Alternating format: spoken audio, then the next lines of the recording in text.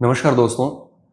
Interview की इस series में आज हम बात करेंगे भूमिका त्रिवेदी से, जिन्होंने हाल ही में राजस्थान लोक सेवा आयोग द्वारा आयोजित राजस्थान प्रशासनिक सेवा परीक्षा 2024 जिसके रिजल्ट 2025 में जारी हुए थे, जो लेटेस्ट वैकेंसी है, उसमें पूरे राजस्थान में 52 अर्थात 52वीं रैंक अर्जित करी है। आप पहले से ही शिक्षा विभाग में अध्यापिका हैं और काफ़ी लंबे समय से पढ़ाई से जुड़े हुए हैं। तो आज हम भूमिका त्रिवेदी से बात करेंगे। मेरे जो भी प्रश्न रहेंगे आप ये यूँ समझ लीजिए कि ये प्रश्न आपके हैं, इनको शब्दों को अभिव्यक्ति मैं दे रहा हूँ और डेफिनेटली आपकी यात्रा, आपके अनुभव जो है ये नई पीढ़ी को एक प्रेरित करेंगे, मोटिवेट करेंगे और आपसे न केवल लड़कियां बल्कि ये पूरी जनरेशन सीखेगी कि एक बच्चे के क्या कर्तव्य होने चाहिए, एक लड़की के क्या एक ड्यूटीज़ होनी चाहिए, उसकी क्या लिमिट्स होती है, उसको कैसे पढ़ना चाहिए, किस तरह से आज हमारी जो सोसाइटी है उसमें कैसे रहते हुए उसको कैसे काम करना चाहिए। इन सारी चीज़ों पे हम बात करेंगे। तो आप सभी इस वार्ता को अच्छे से सुनना, निश्चित तौर पे आपके लिए फ़ायदेमंद होगी।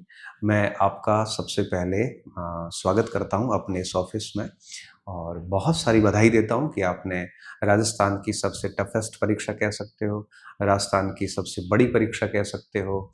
ये केवल परीक्षा ही नहीं होती, लोगों का एक ड्रीम होता है। उसमें 52 रैंक हासिल करके आप प्रशासनिक सेवा में अधिकारी बनने जा रही है, क्योंकि अभी आपका ट्रेनिंग स्टार्ट होना है, इसलिए मैं कह रहा हूँ अधिकारी बनने जा रही है।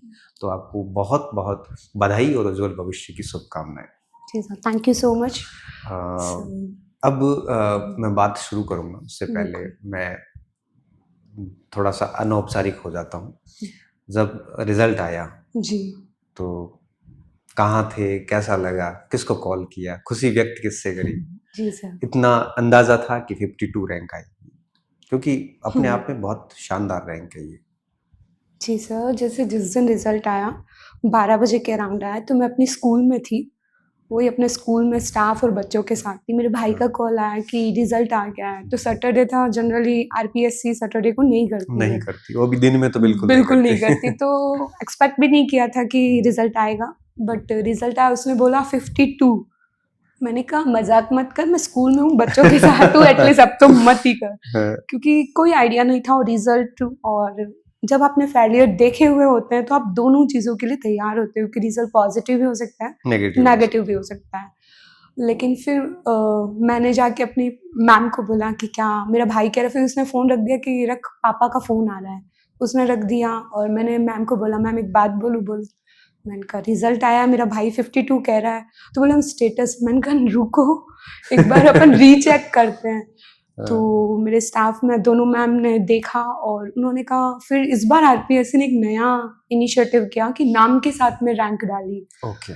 तो उन्होंने कहा भूमिका त्रिवेदी तेरा नाम? मैंने कहा बिल्कुल, कि रैंक 52। तब लगा कि हो गया है। बिल्कुल अब सरस्वती माता ने ऋण नहीं रखा है। तो वो वाली चीज़ उस दिन मैंने देखी भी कि एक लंबा स्ट्रगल था और नो डाउट बहुत अच्छा लगा। क्या आपके परिवार का क्या बैकग्राउंड है? मतलब घर में कौन-कौन है? जॉब जी। में कौन है? कैसा है? जी सर, वैसे हम ग्रामीण पृष्ठभूमि से हैं। मैं बालोतरा के पास पारलू गाँव से बिलॉन्ग करती हूँ। मेरी प्राइमरी एजुकेशन भी वहीं से हुई है। तो मेरे दादाजी भी गवर्नमेंट टीचर थे। मेरी मम्मी भी गवर्नमेंट टीचर है। मेरे जो पापा हैं वो प्राइवेट फील्ड में हैं, उनका अपना बिज़नेस है। और मेरे भाई-बहन हैं, हम 3 बहनें हैं, मैं सबसे बड़ी हूँ। वो लोग भी अब छोटे वाले प्रिपरेशन कर रहे हैं। ओके। आप बता रही थी थोड़ी देर पहले नानी जी भी टीचर थे। बिल्कुल सर, उनका तो अपने और बाड़मेर से भी। माताजी भी बिल्कुल। टीचर है? हाँ, माताजी भी टीचर, सब नानी ने सब भी शिक्षक ओवर हैं। एज होते हुए एग्ज़ाम क्रैक किया था। उस टाइम पे बीएसटीसी। और तो आरएस बनना पूरे जी। परिवार की इच्छा थी या आपका ड्रीम था ऐसे? सर, जैसे मेरी मम्मी ने 2007 वाला आरपीएससी दिया था।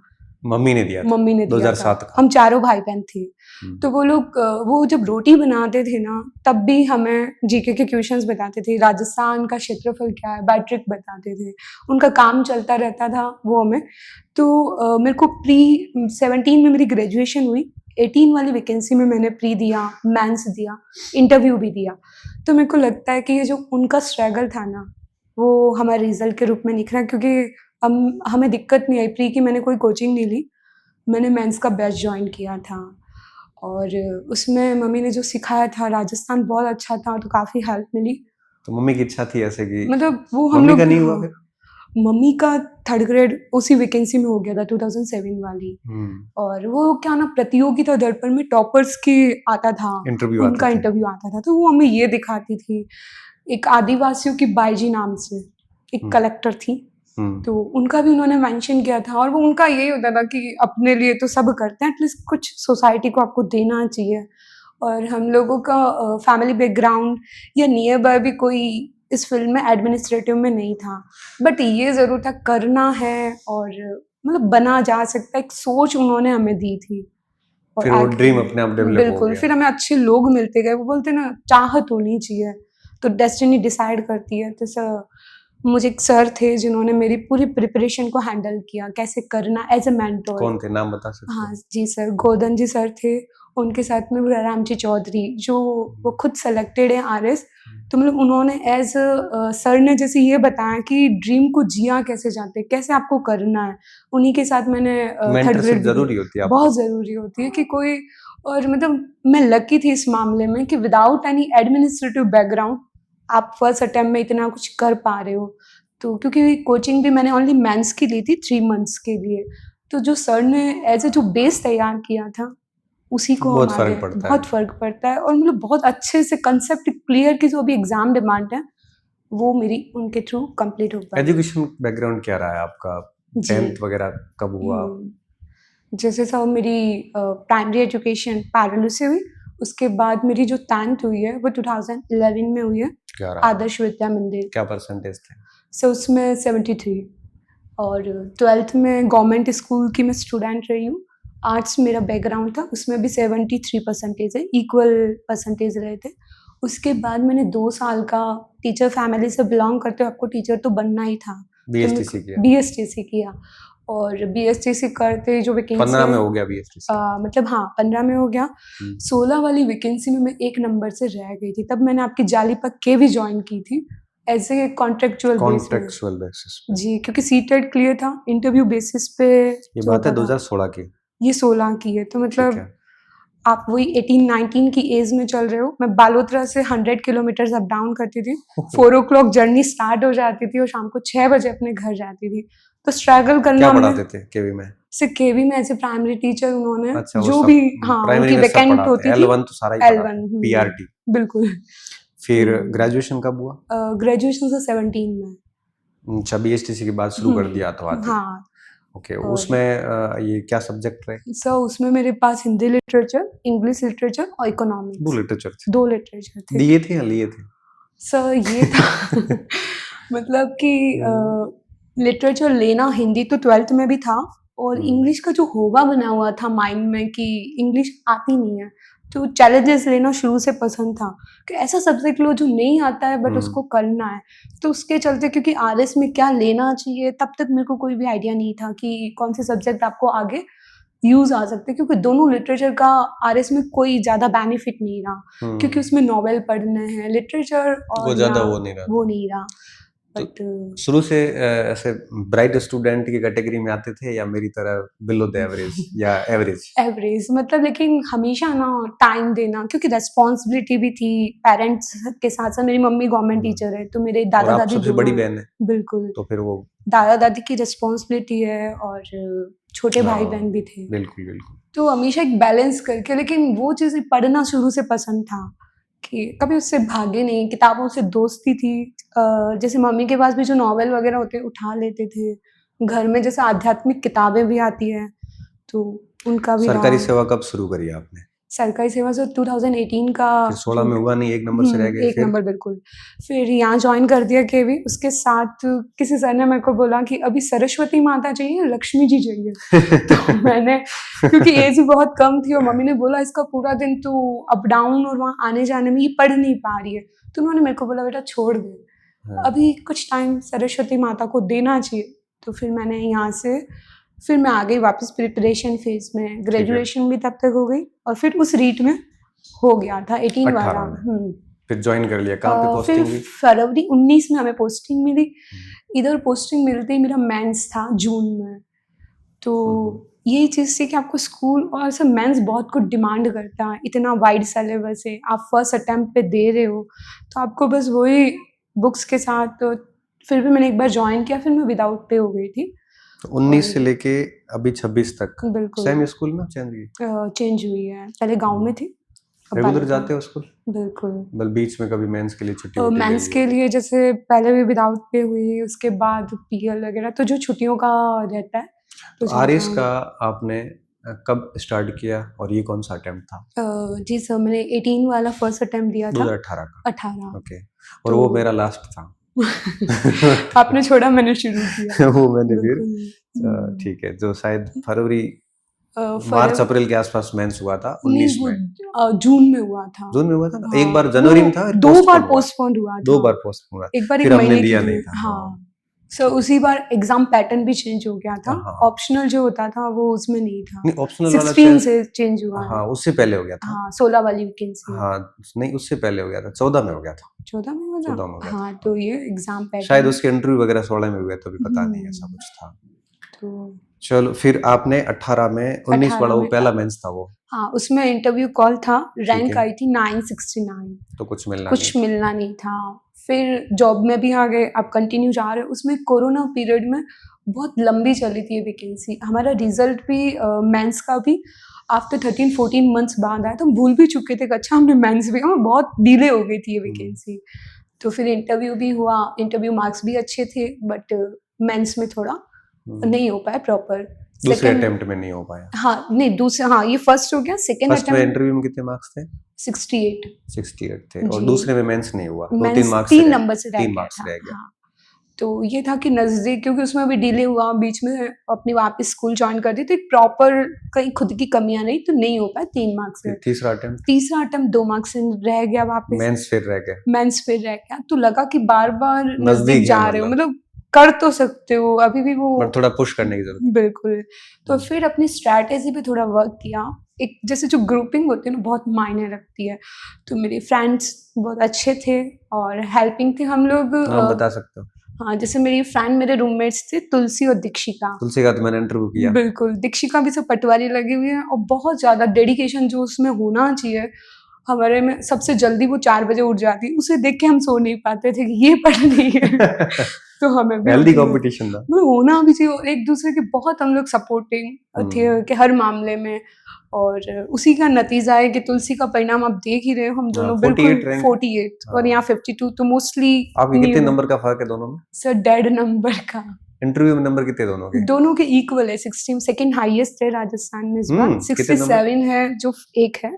60 मार्क्स है दोनों के। आप दोनों के 60 है? दोनों के 60 मतलब आपके बोर्ड कौन सा था? सर बिसु सर का बोर्ड। और दोनों का ही सुशील कुमार बिसु का बोर्ड था। जी। तो 1.5 नंबर का ही फर्क आया। 1.5 नंबर का मेंस में, रिटर्न्स वो में है, मेंस रिटर्न में है। बिल्कुल। वो कहाँ, कौन से पेपर में आगे गई? सर वो कई पेपर में मैं आगे हूँ, लेकिन जब अच्छा, मैंने कुल मिला के रिजल्ट के last बाद में। उसको पूछा, मैंने कहा ये 1.5 नंबर ज्यादा कहाँ से लाई? नोट्स बोला तो कोई- सेम थे ना? तो उसे बोला कि कोई संधि वाला जुगाड़ बैठ गया, क्योंकि हमारे सर मेंस में 4 से 6 नंबर के संधि के क्वेश्चंस आते हैं। तो जब रिजल्ट आया ना, उसने मेरे को कॉल करके ये बोला, भूमिका तेरी रैंक, मैंने कहा 52, तेरी 48। फिर हमने मार्क्स पूछा, मैंने कहा ये तुलसी ये 1.5 नंबर का क्या?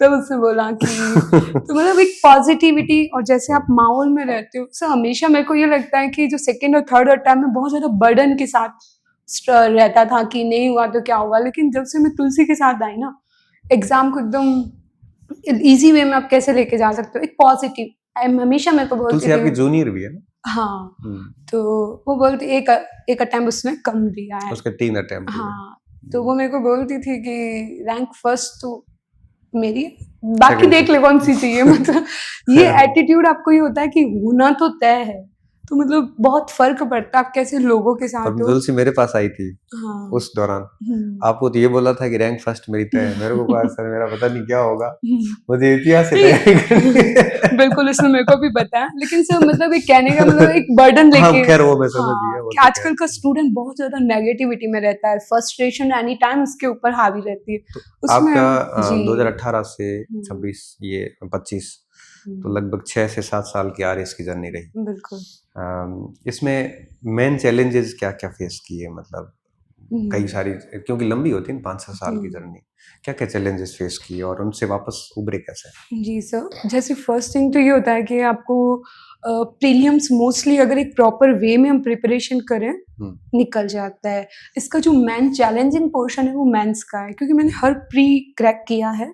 मेंस में ये होता है कि आंसर राइटिंग का बहुत बड़ा रोल होता है।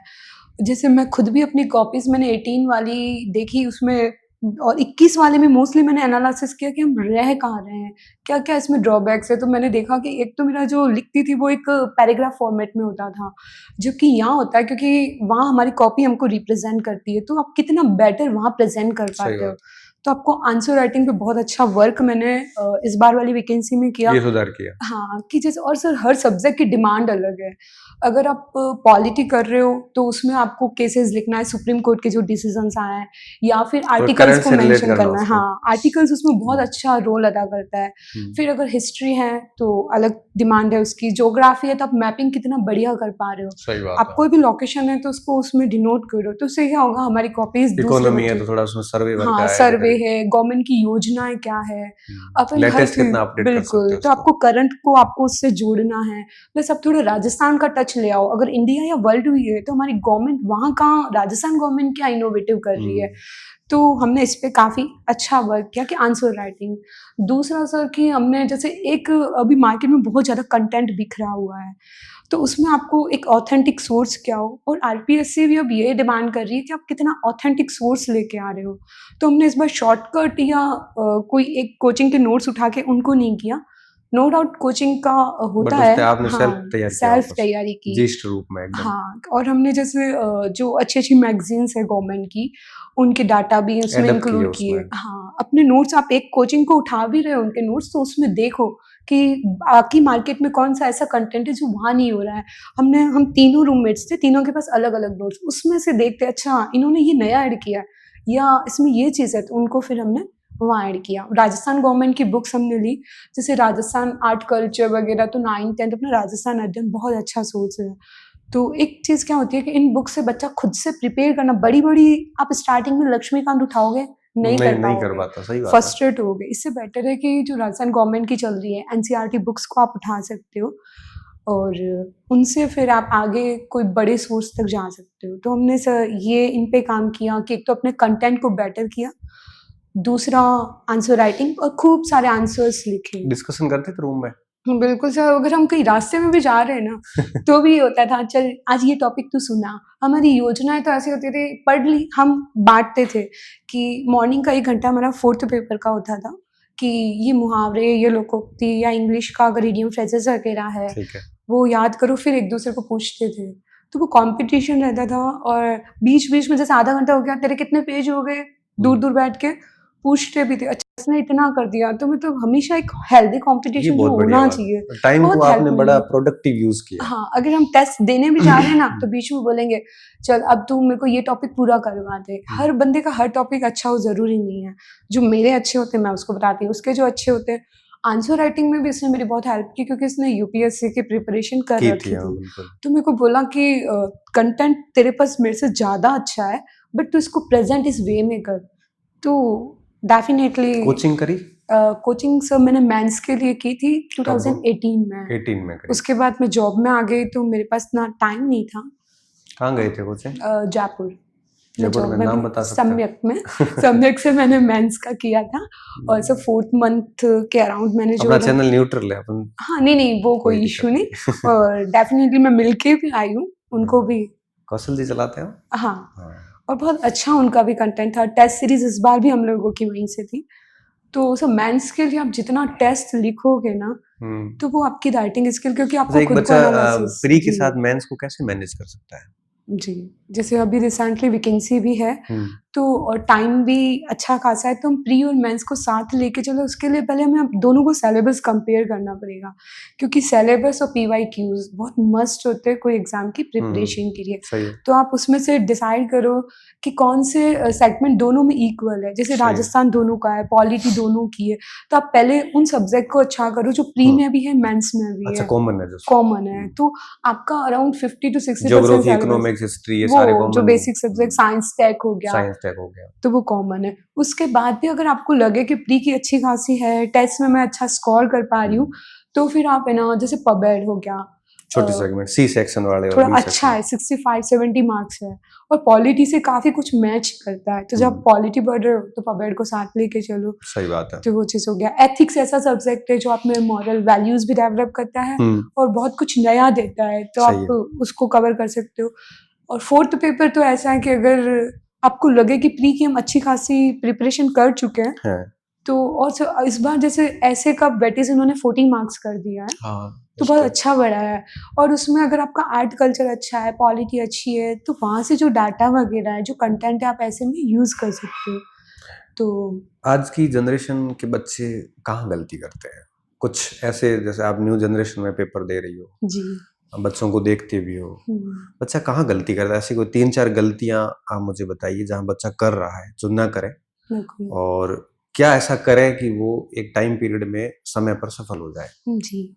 सर अगर हम अभी की जनरेशन देखें तो नहीं, बच्चों में पहले कमियाँ पेशेंस बता दो नहीं है। और बाद में। जी, हाँ, तो फर्स्ट तो पेशेंस की कमी है उनमें। धैर्य रखना पड़ता है। धैर्य बहुत ज़रूरी है इस मतलब एग्ज़ाम हाथों-हाथ के। सफलता नहीं मिलती। हाथों-हाथ नहीं साल 2 मिलती, साल, 3 लेकिन साल वही टाइम चीज़ें, अच्छे से देना हाँ, पड़ता अगर अच्छे से दे रहे हो तो एक दिन ज़रूर मिलेगी, है। हाँ, हाथों-हाथ नहीं मिलेगी। दूसरा मतलब ये है कि वो शॉर्टकट बहुत जल्दी अपनाते हैं, वो ऑथेंटिक सोर्स तक नहीं जाना चाहते। उनको लगता है कि सक्सेस मिल जाए, तो शॉर्टकट की मतलब शॉर्टकट नहीं होना चाहिए। मेहनत, डेडिकेशन एक माँगता है, डिमांड करता है, आपको इतनी बड़ी पोस्ट दे रहा है, सब कुछ आपको ये प्रोवाइड करवाता है, तो आपको आरपीएससी के स्टैंडर्ड के अकॉर्डिंग अपने लेवल को बढ़ाना होगा। सही बात है। तीसरा सोशल मीडिया। सोशल मीडिया बच्चों को एक भ्रमित कर रही है, या हम ये देखें कि वो कंटेंट की बाहर से आ गई है। पहले हमारे पास एक लिमिटेड सोर्स होते थे, तो सोशल मीडिया का पॉजिटिव भी है, नेगेटिव भी है। तो ये बच्चों को डिसाइड करना होगा कि हम पॉजिटिव यूज़ कैसे लें। हम खुद भी देखते थे कि गवर्नमेंट की जैसे लोकसभा, राज्यसभा जो टीवी यूट्यूब पे बिल्कुल। है, तो उनका कंटेंट हो गया, दृष्टि के वगैरह जो ऑडियो आर्टिकल्स आते हैं, हम भी देखते थे। और तो आप उनको ये देखना बच्चों को मतलब स्टार्ट आपके करना पास में चाहिए सोशल इंटेलेक्चुअल होना ज़रूरी है, बहुत, कि आपको सोशल मीडिया का, हाँ, नहीं तो सही आप गलत की पहचान होनी चाहिए कि कौन-सा कंटेंट हमारे लिए हेल्पफुल हो सकता है और कौन-सा नेगेटिव है। तो मोस्टली और एक मतलब हम देखें ना, बच्चों में मेहनत करने की जो रेशियो था ना, उतना नहीं रहा। वो उतना नहीं रहा। तो ये एग्ज़ाम डिमांड करता है, आपको 23 चॉइस सब्जेक्ट को लेके चलना है, तो मैनेजमेंट भी पूरा प्रॉपर होना मैनेजमेंट चाहिए। प्रॉपर होना चाहिए। हमने इस एग्ज़ाम की जर्नी को जिया है। जिस दिन है ना, इस बार 4th अटेम्प्ट था, तो रात को 1:30 बजे मेंस नींद नहीं आती है जब आपका एग्ज़ाम होता है। नज़दीक होता है। बहुत डेडलाइन थकाने वाली प्रेशर। ये जर्नी होती है। प्री के टाइम आप सो नहीं पाते हो, मेंस के टाइम वो 2 रातें बहुत मुश्किल से, फिर उनका रिज़ल्ट का वेट। जैसे उस दिन डेडलाइन भी प्रेशर रहता है बहुत। बिल्कुल 2 लाइन माइंड में हमेशा घूमती रहती थी। तो जब 1:30 बजे उठी ना, पूरा तो 2 वो लाइन ही चल रही थी। तो मैं बताती हूँ कि युद्ध नहीं जिसके जीवन में, वो भी बड़े अभागे अभागे होंगे। होंगे, या तो प्रण को तोड़ा होगा या या रण फिर से रण से भागे भागे होंगे। होंगे। तो अपने माइंड ने खुद को ही बोला कि अब ना तो प्रण को तोड़ना है, ना रण से भागना है। कल जो मेंस है, उसमें अपना 100% देना है। सही बात। तो आपको कुछ ऐसे कोट्स है, कुछ ऐसी लाइन्स होनी चाहिए जो खुद को आप खुद ही मोटिवेट कर पाते हो। पाते तो हैं। खुद की हिम्मत खुद बनना होता है, क्योंकि आपने बहुत बड़ी डेस्टिनी डिसाइड की है। तो तो और उसके लिए मेहनत तो लगती है। लगती है बिल्कुल लड़ पॉजिटिविटी। लड़कियां की एक शिकायत रहती है जी। घर परिवार से, उनको सपोर्ट नहीं मिलता, या फिर बहुत हम्म, ज़्यादा कई बार समस्याग्रस्त होती है। मतलब उनके मस्तिष्क में बहुत सारी समस्या है, लेकिन मेरे पास कई सारे स्टूडेंट्स आती है, हम्म, क्योंकि आप भी लड़की हैं, शादी थोड़ी हुई अभी आपकी। नहीं। तो आपने क्या ऐसी समस्याएं फेस करी, और जो लड़कियां तैयारी कर रही है उनके लिए कोई स्पेशल सीख? क्योंकि देखो, मैंने बी फ्रैंक कहूँ ना, तो मैं जब जयपुर जाता हूँ, कहीं पर देखता हूँ, तो कुछ बच्चियां तो बहुत अच्छी पढ़ती है और कई सारी बच्चियां गलत रास्तों पे हैं। हालांकि लड़के भी हैं गलत रास्तों पे, पर मैं यहाँ पे लड़कियों का स्पेशल इसलिए कह रहा हूँ कि आप लड़की हैं, तो मैं आपसे ही वो। जी। तो इतने सारे डाइवर्जन है, बाकी सारी चीजें आपने भी जयपुर में देखी हैं। उन बच्चियों को क्या सलाह देना चाहेंगे आप कि किस तरह से पढ़ें, किस तरह से चीज़ों को फेस कैसे करें, प्रॉब्लम्स को, और किस तरह से अपने आप को डिसिप्लिन रखते हुए कोई गलत रिस्ट्रिक्शंस, गलत रास्तों पे ना जाए? तो उनके लिए आप क्या सलाह देना चाहेंगे उन बच्चियों के लिए? जी सर, जैसे फर्स्ट थिंग तो ये कि बच्चों के ऊपर नो डाउट सोशल प्रेशर भी बहुत रहता है, परिवार की ज़िम्मेदारियाँ होती हैं। कंपेयर हम देखें तो हमारी पैट्रियार्कल सोसाइटी है, बिल्कुल बिल्कुल है। घर में अगर 2 बच्चे हैं तो लड़कों के लिए अच्छी स्कूल्स होगी, गवर्नमेंट में उनको लड़कियों का अवसर भी रेशियो अच्छे देते हैं। ज़्यादा है। तो चैलेंजेस होते हैं, लेकिन लड़कियों में गॉड गिफ्टेड बहुत ज़्यादा कैपेसिटी होती है, वो बहुत बहुत होती कुछ बेटर कर सकती है। तो पहली चीज़ ये होती है, ऐसा जो बैलेंस बनाने की कैपेसिटी होती है ना, वो एज़ कंपेयर लड़कियाँ बहुत अच्छा मैनेजमेंट करके चलती है। डेफिनेटली। घर भी करती है, जॉब भी करती है, सारी रिस्पॉन्सिबिलिटी को वो अच्छे से निभाती है। सुन भी लेती है, सहन भी कर सहन भी लेती कर है। लेती है, तो ये गॉड गिफ्टेड है। तो और अब दूसरी बात ये आती है कि जैसे आप बता रहे हैं कि वो अपने डायरेक्शन से हट रही है। बड़ी-बड़ी सिटीज़ लाइक अपन जयपुर का एग्ज़ाम्पल है, हाँ, डिस्ट्रैक्शन बहुत ज़्यादा बहुत है। ज़्यादा है। तो उस स्थिति में जैसे हम लोग भी रहे हैं, तो ये होता है कि आपको एनी टाइम अपने पेरेंट्स का फेस याद होना चाहिए कि हम उनके सपनों को लेके आज यहाँ आए हैं ना, हमें उनको पे करना है। उनका जो स्ट्रगल है वो हम पे। मेरे सक्सेस के बाद मैं अपने दादा-दादी की आँखों में जो चमक देखती हूँ या अपने पापा को देखती हूँ, तब लगता है कि नहीं, वो स्ट्रगल ज़रूरी था इस दिन के लिए। तो आपको हमेशा ध्यान रखना है कि हम किस पृष्ठभूमि से आते हैं। अगर मैं मेरे गाँव से एक बच्ची निकलूँगी तो 10 अदर लड़कियों के लिए प्लेटफ़ॉर्म बनेगा। प्लेटफ़ॉर्म और बनेगा। अगर मैं कोई गलत काम करूँगी तो जिनमें कैपेसिटी है, उनके पेरेंट्स भी रुक रुक जाएँगे जाएँगे। कि उस लड़की को देखो वहाँ जाके उसने क्या कर दिया, वो हाँ, गलत वे पे गई है। वो गलत उदाहरण पेश हो हाँ, जाता तो है। हमारी जो आने वाली पीढ़ी है, उनके लिए हमें एक एग्ज़ाम्पल सेट करना है। अगर हमने कुछ गलत किया तो उन बच्चों में जो उनकी क्षमताएँ मारी जाएँगी, वो अपना प्लेटफ़ॉर्म या अपने मुकाम तक नहीं पहुँच सही पाएगी। बात है। तो हमेशा जिसका सिर्फ़ थोड़ा बहुत अगर इंसान स्पिरिचुअल हो जाए, स्पिरिचुअल, तो ठीक है। बहुत एक अच्छा होता है। वो कभी नेगेटिव डायरेक्शन में, उसे हमेशा रहता है कि कोई ना कोई ऐसा पावर है जो हमें देख रहा है। हम जो भी काम कर रहे हैं, चाहे वो पॉजिटिव कर रहे हैं, नेगेटिव कर रहे हैं, हम किसी भी डायरेक्शन में। पेरेंट्स हमारे साथ एनी टाइम नहीं है, लेकिन कुछ कोई तो है जो हमें देख रहा है। देख रहा है। तो बच्चों में अभी बहुत जो चकाचौंध वाली दुनिया है, इससे इतर जाके भी अगर वो सोचे तो थोड़ा बहुत आप इन चीज़ों होना से चाहिए। कैसे बचे? क्योंकि देखो आपकी भी एज थी, बिल्कुल। भटकाने के रीज़न्स आपके बहुत सामने थे। भी आए होंगे, जो कारण बच्चों को भटकाते हैं। हुँ। आपने अपने आप को कैसे डिसिप्लिन रखा कि मुझे सिर्फ़ अपना काम करना है, इन सारी चीज़ों से कोई कुछ हासिल होने वाला नहीं है? आपने बिल्कुल। अपने आप को कैसे रखा ऐसे? सर जैसे मेरे दिन की शुरुआत मेरे दादाजी के कॉल से होती थी, तो अच्छा, वहाँ से आप आपकी फैमिली से अगर अटैच्ड हो, तो आपको लगेगा कि दूसरों यार के प्रेम की आवश्यकता भी रहती नहीं है। हाँ, तो आपको लगेगा कि यार इनका सपना है, ये बैठे हैं, तो अब वो काफ़ी बुज़ुर्ग हैं, हुँ, वो 10 मिनट नहीं बैठ पाते, लेकिन मेरे सिलेक्शन के बाद जब हमारे गाँव में हमारा फंक्शन था, 4 घंटे वो बैठे रहे। क्या बात नहीं तो वो 10 मिनट भी बोलते हैं, खाने के लिए 10 मिनट लेट हो जाएँ, तो वो नहीं बैठ पाते हैं। उस दिन भी मेरे को लगा कि हाँ, है। तो ये चीज़ होती है कि जब आप आपकी फैमिली से जुड़े हुए हो, आपको एक पॉज़िटिव प्रेशर बनेगा। प्रेशर 2 टाइप के होते हैं, नेगेटिव एंड पॉज़िटिव। तो तब मेरे को लगता था कि नहीं, उठना है, इनके लिए करना था। थारी पढ़ाई केड़ी हाल है? थारे टेस्ट में केड़ा नंबर आवे? तो वो एक जो मोरल प्रेशर बनता है ना, तो वो लगता था कि नहीं, रिज़ल्ट आए, जिस दिन टेस्ट में अच्छे नंबर आते थे, मैं उनको भेजती थी, बोलती दादा आज हमारा इतना नंबर आया है, हमारे क्लास में रैंक लागी है। तो मतलब ये जो होता है ना, आपको अदर को सोचने को देती ही नहीं है। आपको ये होती है मेरे को इनके लिए कुछ बेटर करना है। दूसरा कि आप अपने ना ड्रीम को जीना पड़ता है। हमने आरएस को जिया है, इस जर्नी को जिया है। फिर हमें बाकी चीज़ें प्रभावित नहीं हाँ, करती। फिर से सोचने अब रिज़ल्ट के बाद हम ऐसे कह सकते हैं निकम्मे वाली स्थिति में आ गए। नहीं तो हमारे पास टाइम भी नहीं होता था कि पड़ोस में क्या चल रहा है या लोग क्या सोच रहे हैं। अगर मैं स्कूटी पे भी जा रही हूँ तो मेरे को सर्वे माइंड में चल रहा है। साइंस टेक का कोई नया इनोवेटिव चल रहा है। मतलब वो फ़ेज़ हम बोले ना कि इस जर्नी बहुत खूबसूरत है। ये सिविल सर्विसेज़ वाली जो जर्नी होती है ना, बहुत सिखा देती है। बहुत सिखाती है चैन भली आपको। मत हो। हाँ, वो एक सर्कल मैंने देखा था कि हर बंदे को एक बार सिविल की प्रिपरेशन करनी चाहिए क्योंकि वो बहुत अच्छा इंसान बना देती है। तो हम सक्सेस हो ज़्यादा ज़रूरी नहीं, लेकिन हम सोसाइटी में एक अच्छा नागरिक बन के रहें या लोगों का और हेल्प मंजिल आए। से ज़्यादा मंजिल तक जाने का रास्ता रास्ता महत्वपूर्ण है। बहुत खूबसूरत है और ये रास्ते को हमने नज़दीक से देखा ना, से आपको हर सब्जेक्ट की नॉलेज हो जाती है। कोई आईआर का मुद्दा आता है तो आप उसको डील कर कनेक्ट सकते कर हो, जाते बिल्कुल। हो। साइंस टेक को इनोवेटिव हो रहा है तो हाँ, अगर कॉमर्स के सब्जेक्ट भी आरएस का जो सिलेबस है ना, अकाउंटिंग, बिहेवियर अकाउंटिंग मतलब आपको हर बिज़नेस फील्ड एडमिनिस्ट्रेशन है। बहुत अच्छा सिलेबस है और मैं तो बोलती भी हूँ और आगे मतलब आप सक्सेस होना एक अलग मुद्दा है। मैंने भी फेलियर देखे हैं बट ये जर्नी ने जो सिखाया है ना, वो वाक़ई बहुत अच्छी है, एक क्या सीख खूबसूरत देना मूवी। चाहोगे नई जनरेशन को? जो नई जनरेशन के लिए कि भटकाव ना लाए अपनी ज़िंदगी में और अपनी जो भी बुक्स हैं ऑथेंटिक सोर्स को आप अपनाएँ। हमेशा एक सकारात्मक ऊर्जा के साथ बने रहें कि ये बना है, अगर मैं नहीं कर सकती तो कोई और कर ही नहीं सकता। एक हमेशा पॉजिटिव और लोगों को नहीं सुनाना है, खुद को तो बोल ही सकते हैं कि मुझे करना है और मेहनत करने से ना डरे, क्योंकि सफलता का कोई शॉर्टकट नहीं होता है, आपको बहुत कुछ देना होगा, क्योंकि आरपीएससी को हमारी नहीं पड़ी है। सही बात है। इतने सारे कैंडिडेट्स हैं, वो किसी को सेलेक्ट, लेकिन जो अपने स्टैंडर्ड को बढ़ाएगा, अपना पूरी एनर्जी लगाएगा तो रिजल्ट मिलता है।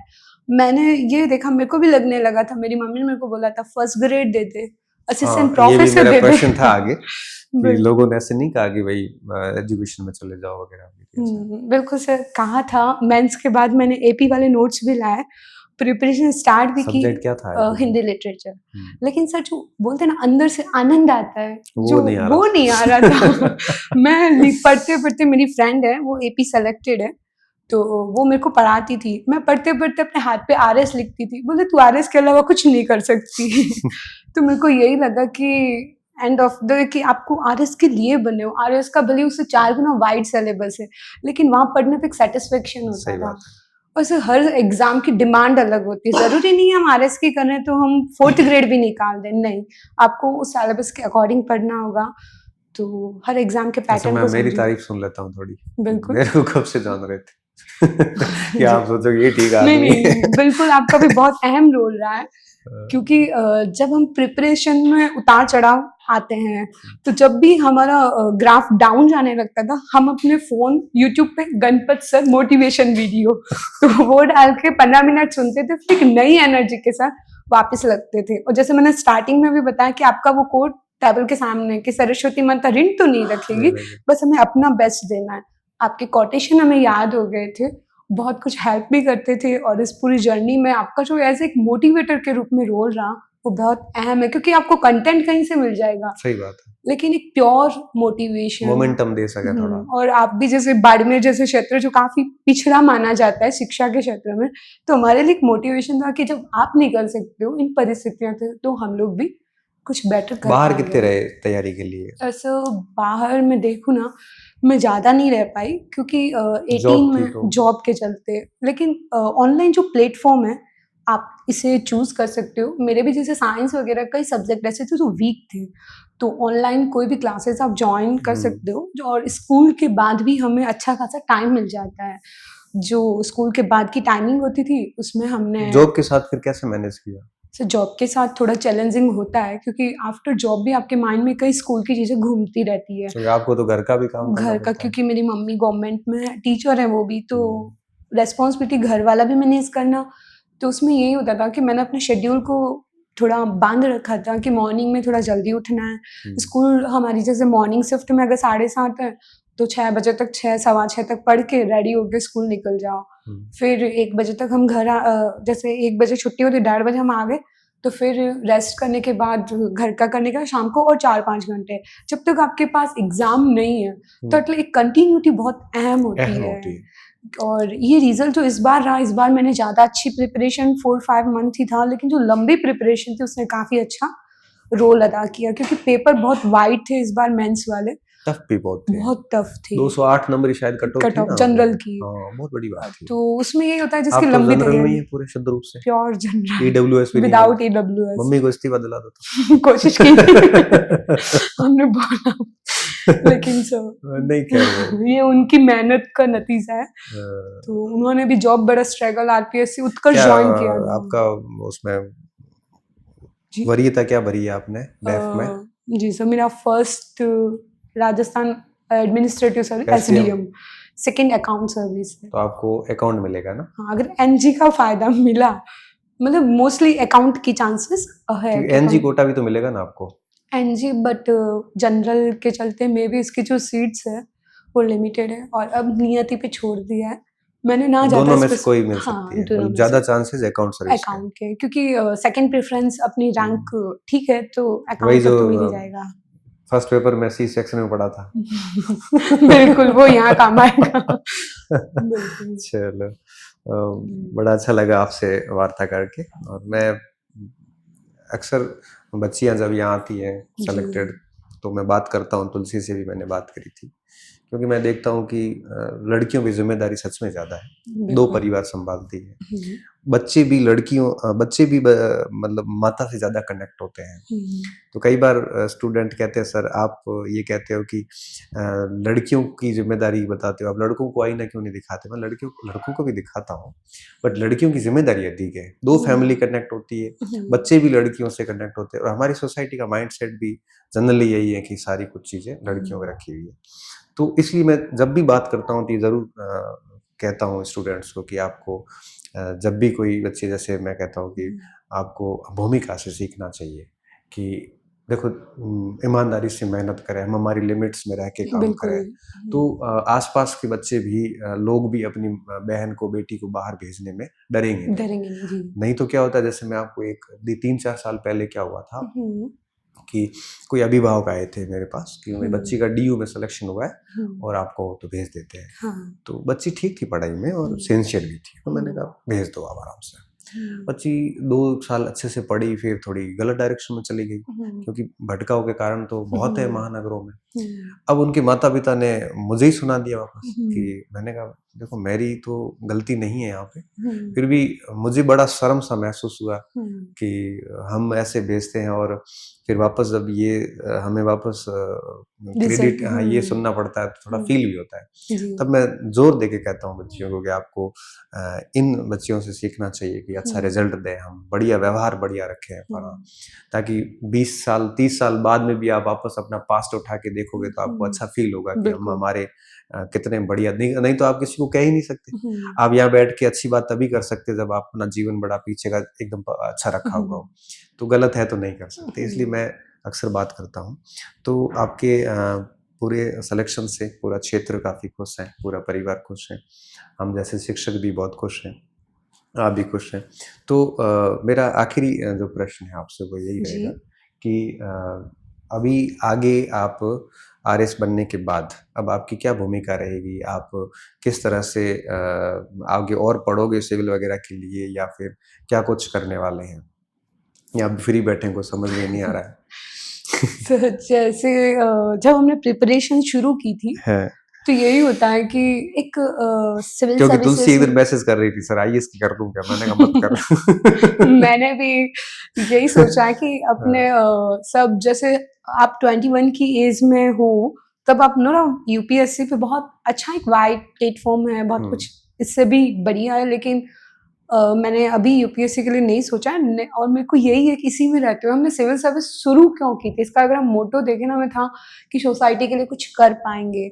जैसे हम आपका भी देखते हैं हाँ कि आप कई ऐसे बच्चों की हेल्प कर रहे हो जो नीडी है, जिनका चाहे इकोनॉमिकल बैकग्राउंड ज़्यादा स्ट्रांग नहीं है। तो सिविल सेवा का मतलब भी यही होता है कि एक आप पब्लिक सर्वेंट के रूप में होते हैं। तो यही रहेगा कि मैं अपने पोस्ट के साथ जस्टिस कर पाऊँ और अपना बेटर दे सकूं इस फील्ड में रहते हुए।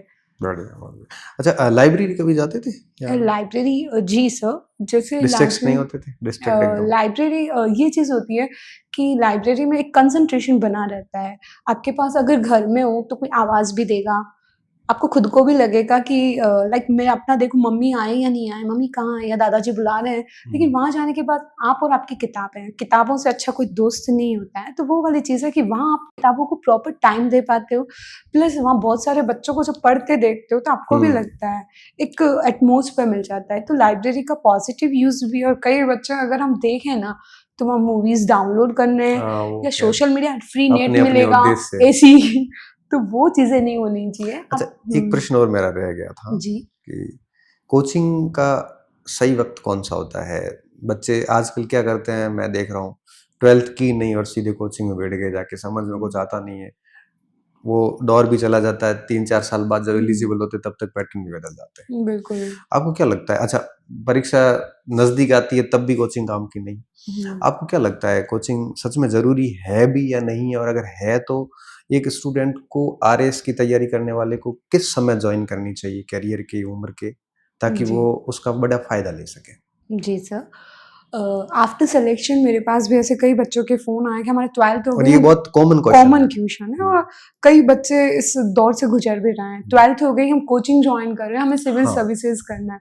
तो मैंने उनको यही बोला कि आफ्टर 12 ना तो आप मेंटली इतना मैच्योर हो, सही बात है। प्लस एक जो संघर्ष, विराम संघर्ष वाली जो नीति होती है, अगर अभी से स्ट्रगल कर दिया तो जो मेन फेस होगा ना, उसमें आप उतना दे नहीं पाओगे। तो अभी तो आप ये करो, ऊब आपका जाओगे। बेसिक, आपकी हॉबी डेवलप करो, आप बुक्स पढ़ो, अच्छे-अच्छे कई मतलब है ऑथेंटिक सोर्स अपनाओ।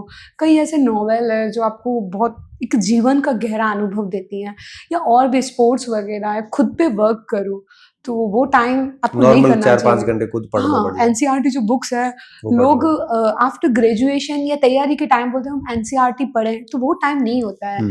वो टाइम होता है आफ्टर 12th आप एनसीईआरटी को बहुत अच्छे से करो, या फिर आप अपना एक सब्जेक्ट ऐसा बनाओ कि जिसमें आप लंबी दौड़ चल सको। एक सब्जेक्ट पे आपकी कमांड होनी चाहिए, आप खुद पे वर्क करो, आप लिखने की प्रैक्टिस करो, आप कोई भी इशू बना के डिबेट्स जहाँ अच्छे होती से है, न्यूज़पेपर पढ़ो। अच्छे न्यूज़पेपर पढ़ो, न्यूज़ चैनल दो, जैसे आशु भाषण वगैरह या युवा संसद जैसे प्रोग्राम होते हैं, तो आप वैसा कुछ, यूथ पार्लियामेंट बहुत अच्छे हाँ, लड़के बोलते हैं, लड़के-लड़कियाँ तो सारे। मतलब आप वैसे प्लेटफॉर्म पे ज्वाइन करो। फर्स्ट ईयर तक तो आपको नहीं करना है कुछ भी।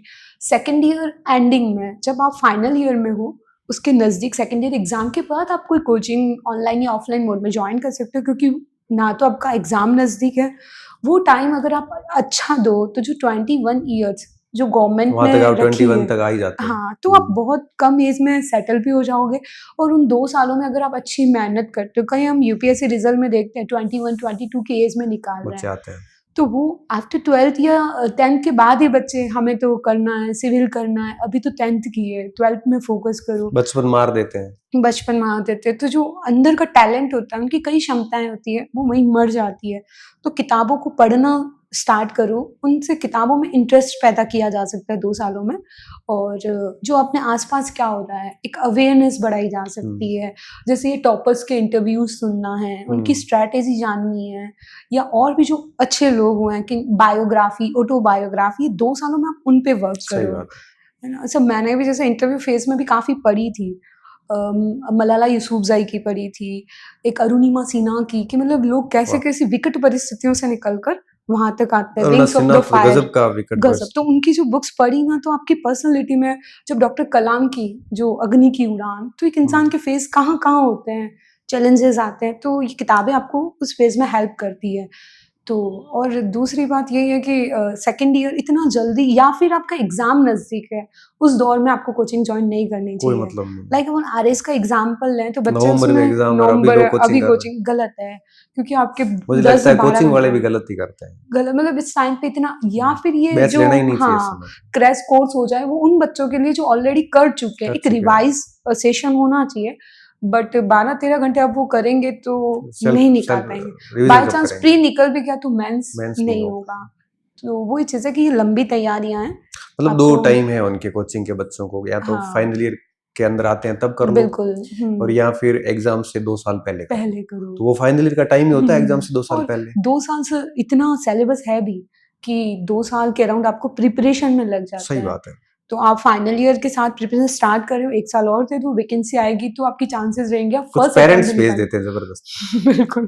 कि वो सो संस्थान में भेज दो, हुँ, लाख रुपए फीस दे दो, वो आरएस हुँ। बन जाएगा। तो पेरेंट्स की एक्सपेक्टेशन बहुत हाई हो गई है, जबकि उनका दोहरा रोल होता इसीलिए वो है। पहले नीट में बच्चे सुसाइड करते थे, अब ये सुसाइड स्थितियाँ करते यहाँ हैं, आने लग जाएगी बिल्कुल। जिस सर इस हिसाब से। मामले में मैं लकी रही कि मेरे पेरेंट्स हर स्टेप पे मेरे साथ थे। चाहे वो मेंस हो, इंटरव्यू हो, मेरे साथ 2 दिन, मतलब मैं देखती जून में मेंस थे, वो स्कूल के बाद दोनों बैठे रहते थे। तब वो मोटिवेशन उनको परीक्षा देख देने के आ साथ जाता चलते है। थे। हाँ, परीक्षा दिलवाने साथ चलते थे कि एग्ज़ाम का टाइम पेरेंट्स को समझना होगा कि ये इतना ईज़ी नहीं है। तो फिज़िकल वर्क से भी मेंटल वर्क बहुत बहुत ज़्यादा ज़रूरी डिमांड करता है। इतने सारे सब्जेक्ट्स पढ़ना, इतना ईज़ी काम तो नहीं है। है। नहीं काम नहीं। तो पेरेंट्स को उनका एक सपोर्ट सिस्टम बनना होगा, ताकि बच्चों को भी लगे भटकाव आएगा ही नहीं। सही लगेगा बात ना है। पेरेंट्स जुड़े हुए हैं, लगेगा इनके लिए। मेरे पापा जैसे रात को डेढ़ बजे हमें लेने आना, छोड़ने जाना, तो लगता था कि बड़ी बात है वो। बड़ी बात है कि इनके लिए करना है। आपका मोटो बहुत वो होता है कि आपका उद्देश्य क्लियर होना है, कि एक सोर्स होना चाहिए, भटकाव नहीं आएगा इससे। और अब मैं आपसे मैंने तुलसी को भी बोला था, आपको भी बोल देता हूँ। जी, अभी प्री मेंस वगैरह आए हुए हैं, हाँ। तो तुलसी को टाइम नहीं मिला, वो ट्रेनिंग सेंटर में है। तो आगे सप्ताह भर बाद में एक बार आप वापस आना, बिल्कुल तो हम तीनों मिलकर डिस्कस करेंगे कि सेल्फ स्टडी से एक बच्चा कैसे आरएस बन सकता है जी। और 12th के बाद बच्चा क्या करे, इसको लेके अपन एक बच्चों से वार्ता करेंगे ताकि एक अच्छी डायरेक्शन दे सके। क्योंकि अपने चैनल से बहुत अच्छे लोग जुड़े हुए, अभिभावक भी जुड़े हुए हैं। बिल्कुल। तो आप मैं एक दिन मैसेज डाल दूंगा, हाँ। आप आना पूरी प्रिपरेशन से, ताकि हम बच्चों को एक बता सकें कि किस तरह से आप कर सकते हो। तो आपसे बात करके बड़ा अच्छा लगा। उम्मीद है अपनी इस वार्ता का बच्चों को बहुत फायदा मिलेगा। बहुत बहुत धन्यवाद आपका, और पुनः आपको ढेर सारी बधाई। मुझे भी बहुत अच्छा लगा, इतने वाइड प्लेटफॉर्म, आप हम सबके मोटिवेटर है, बच्चों के तो बहुत बड़े पथ प्रदर्शक है, तो थैंक यू। वही है बस, इस बड़े प्लेटफॉर्म का यही फायदा है कि हम जो जीवन में कुछ अचीव कर चुके लोग हैं, जो जीवन में हमेशा अनुशासित रहे हैं, उनकी वार्ता वहां तक पहुंचाए, तो वो भी आपसे सीख के कुछ चीजें अनुशासित कर लेंगे, तो जीवन में कहीं ना कहीं सफल हो जाएंगे। बिल्कुल, जरूर। बहुत बहुत धन्यवाद। Thank you sir.